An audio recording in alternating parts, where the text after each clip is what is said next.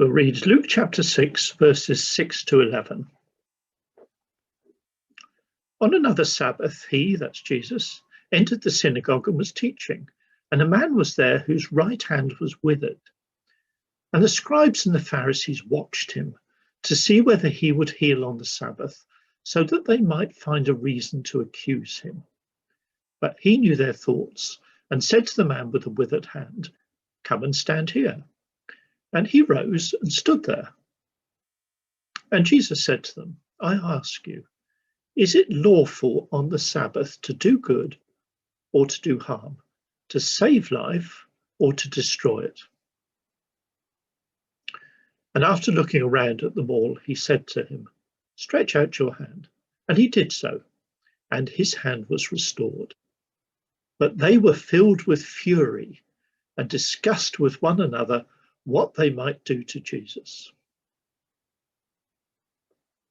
As we've noted several times, the Israelites had been given God's law very many years before, and they'd not been able to obey it, which showed them very clearly that they were sinners before God.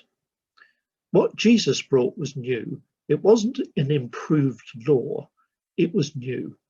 In the law, God had given the Israelites a day of rest. It was the seventh day of the week. It was called the Sabbath day. It was our Saturday. They were to do no work on that day. Over the years, the religious leaders had made up a lot of extra rules. They decided in great detail what they thought an Israelite could and couldn't do on the Sabbath day. Could someone heal another person on the Sabbath day? Was that work?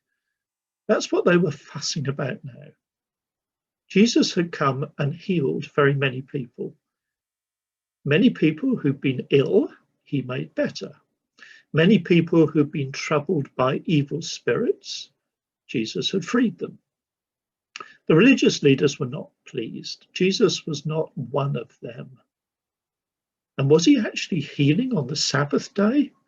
They decided that healing was work.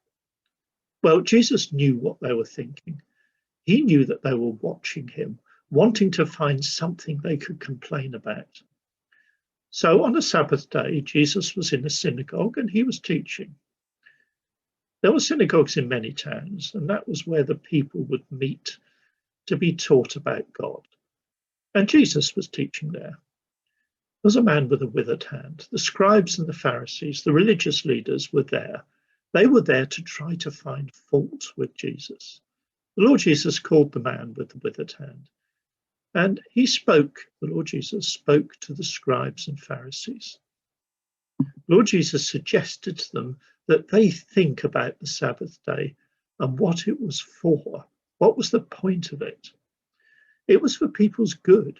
It was to give the people a day in which to rest.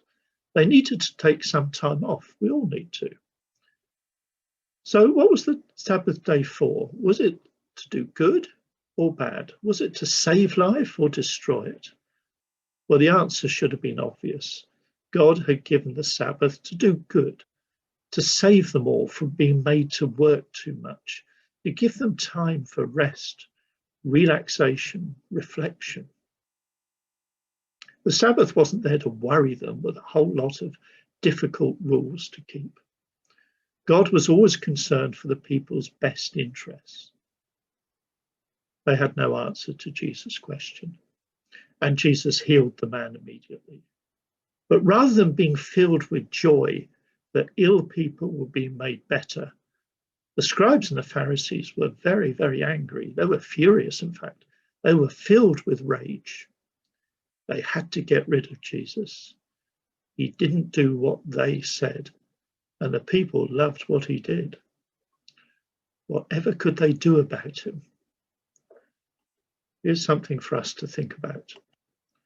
Do we, like the Pharisees, make up rules for other people which are unnecessary and then condemn those who don't keep our rules?